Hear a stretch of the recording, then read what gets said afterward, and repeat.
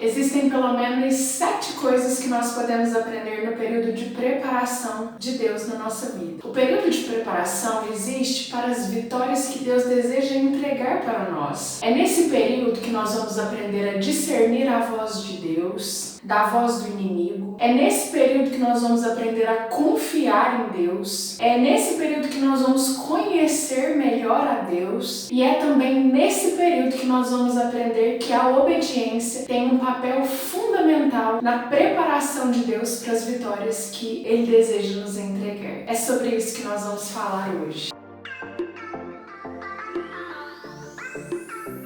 Oi gente, meu nome é Thalita, sejam muito bem-vindos ao meu canal, tudo bem com vocês? Existem 7 coisas que nós precisamos aprender durante o período de preparação de Deus na nossa vida. E o primeiro deles é aprender a amar a Deus sobre todas as coisas. A Bíblia diz em Mateus 6,33, busca o reino de Deus e a sua justiça, e todas as demais coisas vos serão acrescentadas. Amar a Deus sobre todas as coisas é buscar o reino acima de todas as coisas.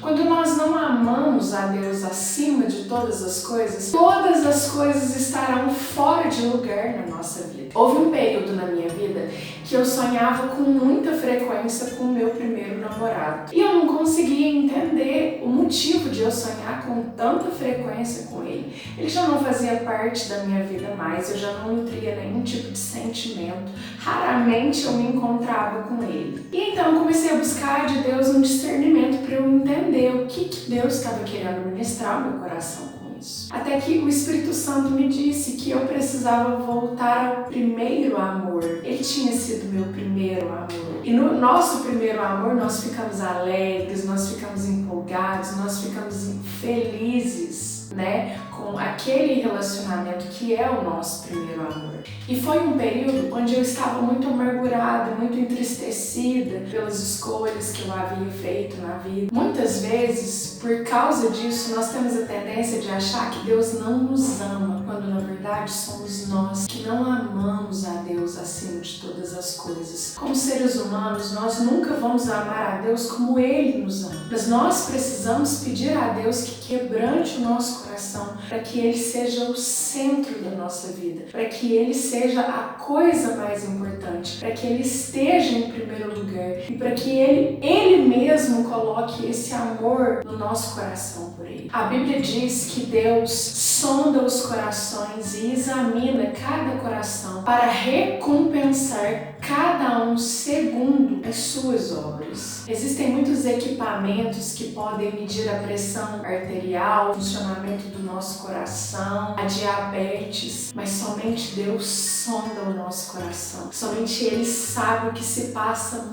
no mais profundo do nosso coração. Às vezes nem nós sabemos, mas Ele sabe. E se Ele olha para nós e não encontra um coração correto, com uma perspectiva correta, Ele nos dá tempo para que o busquemos e reajustemos as nossas prioridades. Talvez você tenha tido uma infância difícil, com pouco amor, com uma deficiência afetiva e tenha dificuldade de amar, de se sentir amado por Deus, mas o nosso Deus é o Deus que redime todas as coisas. A palavra redimir significa resgatar do domínio de algo ou alguém. Deus nos resgata do domínio das trevas e nos transporta para o reino do Filho do seu amor.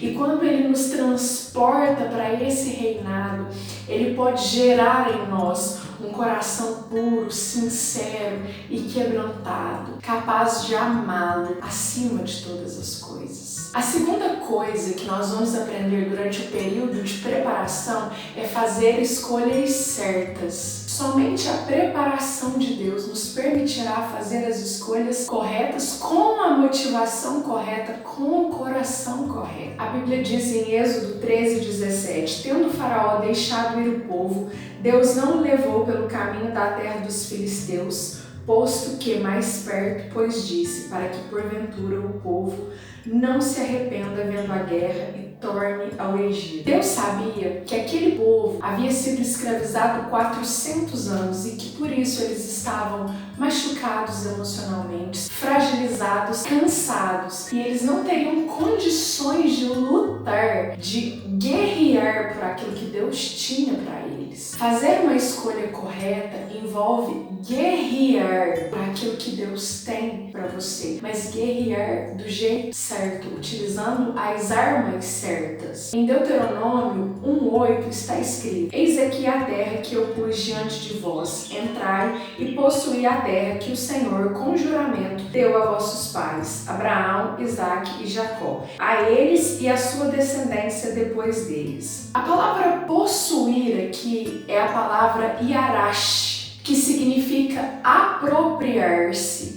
Mas essa palavra também significa desapropriar inquilinos. Essa palavra é muito interessante porque nós podemos perceber que antes do povo entrar na terra prometida, ele teve que guerrear para conquistá-la. Ele teve que desapossar os inimigos. Ele teve que remover os inimigos da terra e então tomar posse dela. E o que isso tem a ver com escolhas corretas? A Bíblia diz que o espírito milita contra a carne e a carne milita contra o espírito. A nossa emoção e a nossa razão estarão em constante guerra todos os dias da nossa vida. Mas guerrear significa fazer a escolha correta, de forma racional, de acordo com o conhecimento que nós temos da verdade do Evangelho. Há muitos inimigos que precisamos expulsar da nossa vida se quisermos tomar posse da terra que Deus tem para nós, como o ódio, a raiva, a falta de perdão, a amargura, o desespero, a ansiedade, a depressão e principalmente passar. Olhar para frente, deixar o passado para trás, resistir à ideia de ficar pensando e falando e ruminando o passado é uma das coisas mais difíceis de serem feitas, mas talvez seja a mais importante. Por isso que a Bíblia diz: esqueçam o que se foi,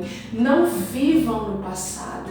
Eis que faço coisa nova, porventura não o percebeis? Deus está nos levando para um novo caminho que exige mais pureza de coração, novos padrões de pensamento, de comportamento. É uma metanoia. A palavra metanoia significa mudança de mente que atinge o coração e o caráter. Então, nós precisamos aprender a resistir às sugestões do inimigo e nos manter escravizados num estilo de vida que não nos move para frente. E isso só é possível com a presença do Espírito Santo de Deus. A Bíblia diz que onde o Espírito de Deus está, aí há liberdade. Que liberdade é essa? Liberdade para vencer todas as prisões e manifestações malignas em nossa vida. Deus nos deu poder e autoridade para vencer o inimigo. Quando nós falamos de preparação, precisamos entender que uma pessoa preparada jamais vai desistir das promessas de Deus em sua vida. Jamais vai desistir da sua liberdade. E ela guerreará e pagará qualquer preço para ver cumprida a promessa de Deus em sua vida. A terceira coisa que nós precisamos aprender sobre a preparação de Deus, nós precisamos preparar o ambiente para receber a promessa. Normalmente, na semana do quinto dia útil, eu tiro mais ou menos uns 2 dias para dar um faxinão na minha casa. Então eu lavo o quintal, eu dou banho nas minhas cachorrinhas, né? Mas como que funciona o ambiente onde elas ficam? Primeiro eu lavo o quintal, lavo o lençolzinho onde elas dormem, porque elas têm um colchãozinho para dormir. Depois que eu limpo tudo, varro o quintal, lavo, então eu dou banho nelas e eu coloco elas lá naquele ambiente, depois que já está limpinho, preparado para recebê-las. Por quê? Se eu der banho nelas primeiro e colocá-las naquele ambiente sujo, em menos de 2 horas elas estarão sujas novamente. Por quê? O ambiente precisa estar preparado para recebê-las.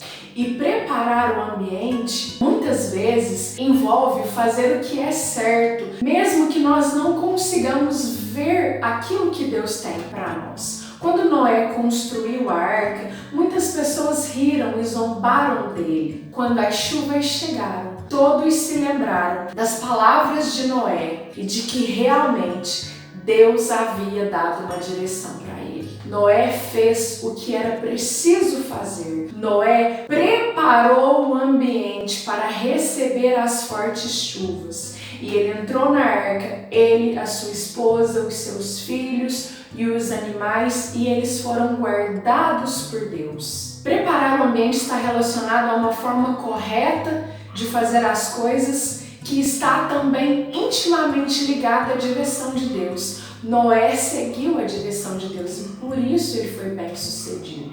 Prepare o seu ambiente, faça as coisas que você precisa fazer e enquanto você estiver fazendo o que precisa fazer, Deus agirá em seu favor. A Bíblia diz que Deus agiu em favor de Ruth enquanto ela agia. Ruth estava nos campos de Boaz fazendo o que era preciso fazer. Ela estava recolhendo espigas para ela e para sua sogra se alimentarem.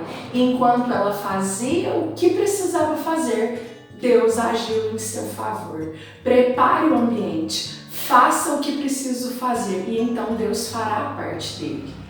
Espere o tempo certo, do jeito certo, fazendo a coisa certa. Em Deuteronômio 28 está escrito que as bênçãos correm atrás daqueles que obedecem. A forma mais eficiente de fazer com que as promessas cheguem mais rápidos e que elas aconteçam de forma efetiva é a obediência. Eu quero ler 2 versículos com vocês. Eu amei esse versículo, foi a primeira vez que eu li esse versículo recentemente. Como dono, ele pôs a sua marca em nós e colocou no nosso coração o Espírito Santo, que é a garantia das coisas que ele guarda para nós. Romanos 5, do versículo 3 ao 5 está escrito: também nós nos alegramos ao enfrentar dificuldades e provações, pois sabemos que contribuem para desenvolvermos perseverança. E a perseverança produz caráter aprovado, e o caráter aprovado fortalece nossa esperança. E essa esperança não nos decepcionará, pois sabemos quanto Deus nos ama, uma vez que Ele nos deu o Espírito Santo para nos encher o coração com seu amor. Esse versículo é muito interessante porque ele diz que a perseverança vai produzir um caráter aprovado e esse caráter aprovado vai fortalecer a nossa esperança. Nós só podemos ter um caráter aprovado se estivermos debaixo de obediência a Deus. Durante muitos anos eu vivi a minha própria maneira. Eu obedecia quando eu achava conveniente obedecer a Deus. E por muitas vezes eu experimentei de muita tormenta na minha alma. Atualmente, eu tenho percebido que o diabo não tem mais acesso à minha mente, ao meu coração e aos meus pensamentos. Por mais difíceis que sejam os meus dias, por mais que algumas das promessas que Deus me fez ainda não se cumpriram, por eu estar em obediência, minha esperança não pode ser confundida pelas mentiras e artimanhas de Satanás. Se você tem passado por um período de grande desânimo, existe uma grande possibilidade de que você esteja em desobediência a Deus. E por isso o seu coração não tem tido a esperança de transformação necessária. Corrija sua rota e certamente a esperança de Deus retornará para você, porque a esperança não confunde. Ela é derramada em nossos corações por meio do Espírito Santo. Quando nós estamos em obediência a Deus, nossa esperança pode ser aumentada por Ele. A única coisa que pode abreviar o tempo de espera é a obediência que foi gerada no período de preparação. E uma das maneiras também de esperar do jeito certo é aprendendo a aproveitar a jornada. Tem uma frase do Osho que eu gosto muito, onde ele diz o seguinte: a forma como você vive o seu presente determina o seu futuro. Quando nós olhamos para uma árvore e vemos as folhas secas caindo da árvore, nós percebemos a importância de nos desapegar daquilo que já está seco e sem vida e que nós muitas vezes insistimos em manter na nossa vida. Se as folhas secas não caírem, as folhas novas e viçosas não podem nascer. Precisamos retirar aquilo que está seco para dar lugar ao novo de Deus em nossa vida. O tempo mais importante que temos é o hoje e ele precisa ser vivido da melhor forma. Muitas vezes nós vivemos o tempo presente somente pensando que seremos felizes quando o futuro chegar. Mas Deus deseja que nós aprendamos a viver felizes no tempo presente. Ele deseja que aproveitemos a jornada, que tenhamos alegria nas pequenas coisas do dia a dia. E uma boa forma de perceber isso e de analisar com bastante sinceridade é percebendo que e se você acordasse amanhã sem aquilo pelo qual você não agradeceu hoje? Quantas coisas você acordaria sem no amanhã? Quantas coisas que você tem hoje que são essenciais, como a sua saúde, a sua vida e todas as coisas que fazem com que a sua vida funcione de forma harmoniosa? Como seria a sua vida se você acordasse amanhã sem o que você tem hoje? Por isso, olhe para o presente de uma forma mais contemplativa, agradecendo todas as coisas que Deus tem te dado e vivendo o hoje com alegria. Peça a Deus para dar-lhe um coração grato e alegre com aquilo que você tem hoje. A sexta coisa que nós precisamos aprender durante o período de preparação na nossa vida é desenvolver o esforço e o bom ânimo durante os períodos de transição. Quando Moisés morreu, Josué ficaria em seu lugar. Josué enfrentou muitos conflitos durante esse período. Ele não sabia se o seu ministério daria certo, ele não sabia se ele conseguiria avançar, ele não sabia se ele seria aceito pelos israelitas, ele não sabia, ele teve muito medo. Mas Deus deu uma palavra a Josué: esforça-te e tenha bom ânimo. Eu serei com você por onde você andar. Precisamos entender que somente o esforço não é o suficiente e o bom ânimo apenas também não é o suficiente, porque existem coisas que precisamos fazer para que as promessas se cumpram. Durante os momentos de dificuldade, você pode chorar e se lamentar e falar da sua dor e tirar um tempo. Coloque um prazo para o seu lamento. Eu preciso de 2 horas para orar, ler meu devocional, falar com Deus e fazer as minhas coisas antes de fazer o que eu preciso fazer. Então tire esse tempo, mas dê um limite para você ficar pensando no problema. Essa é uma das armas utilizadas na terapia cognitiva comportamental para ajudar as pessoas a saírem da depressão. Ficar pensando o dia inteiro no problema não vai fazer com que as coisas mudem. Então coloque um prazo: eu vou pensar nesse problema 30 minutos, eu vou orar a respeito, eu vou fazer algo a respeito, eu vou ligar para alguém. Deu esse prazo? Esforça-te e tenha bom ânimo. Vá fazer o que você precisa fazer. Vá se esforçar naquilo que você precisa fazer. Não podemos ser meros sonhadores, apenas sonhando com a cabeça nas nuvens. Precisamos lutar para que aquilo que nós desejamos de fato aconteça. E por último, busque o discernimento entre a voz de Deus, a voz do inimigo, a voz da sua emoção, a voz da sua vontade. Nós precisamos buscar a Deus para que isso não nos deixe confusos. É muito comum ficarmos confusos com as muitas vozes que ouvimos durante o dia a dia. Eu quero ler 2 versículos com vocês que nesse momento da minha vida Deus me mostrou de forma muito clara que é através disso que nós podemos discernir a voz de Deus das outras vozes. 1 Tessalonicenses 5, 20 e 21 está escrito: não desprezeis as profecias, julgai todas as coisas. 1 João 4,1 está escrito: amados, não deis crédito a qualquer espírito, antes provai os espíritos se procedem de Deus, porque muitos falsos profetas têm saído pelo mundo afora.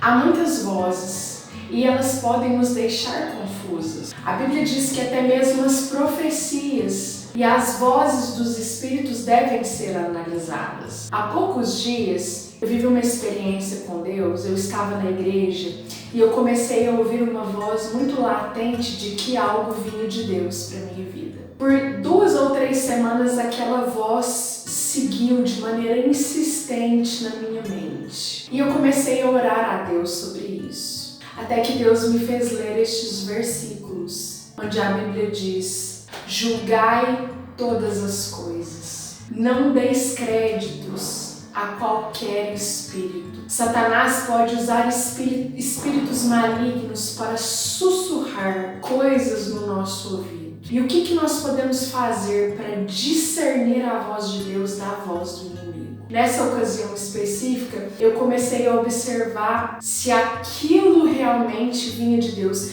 Deus me disse para julgar todas as coisas. Que coisas? As coisas que Deus havia me dito anteriormente. As coisas que eu aprendi com Deus. As orações que eu havia feito a respeito desse assunto. O comportamento dessa pessoa. E eu comecei a perceber que isso não se parecia em nada, nem com a promessa de Deus para minha vida, e nem com aquilo que eu pedi, e nem com aquilo que eu queria para mim. Mas eu precisei de 3 semanas para analisar aquela voz, a situação em si, a pessoa em si, o comportamento da pessoa em si.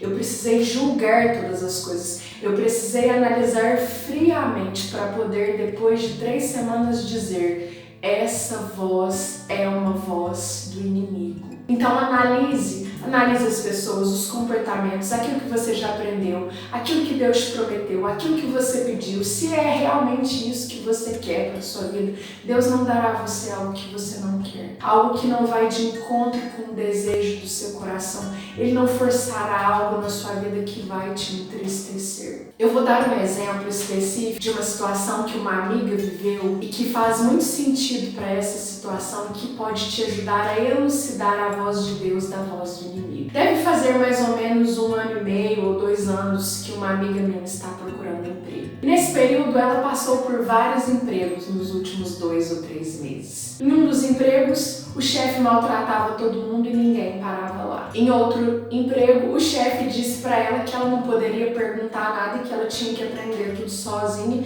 e era super estúpido com ela. Em outro emprego, o chefe super agressivo, super desequilibrado, disse para ela que ela não poderia conversar com ninguém e também não poderia ir ao banheiro fazer xixi. Pasmem!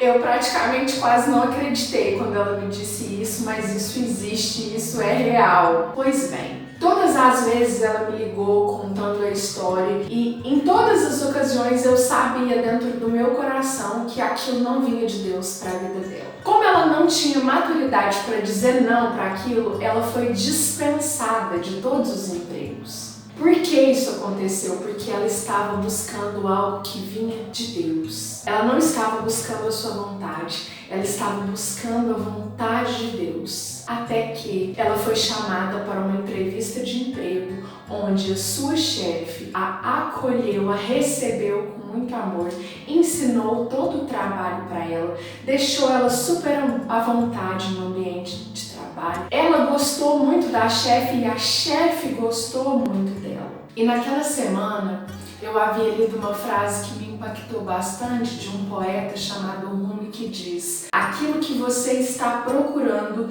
também está procurando por você. Ou seja, eu consegui associar isso àquilo que a Bíblia diz quando diz que as bênçãos correm atrás daqueles que obedecem a Deus. A chefe dela estava procurando por alguém com o perfil dela e ela estava procurando por uma chefe, um ambiente, colegas de trabalho como esse que ela encontrou.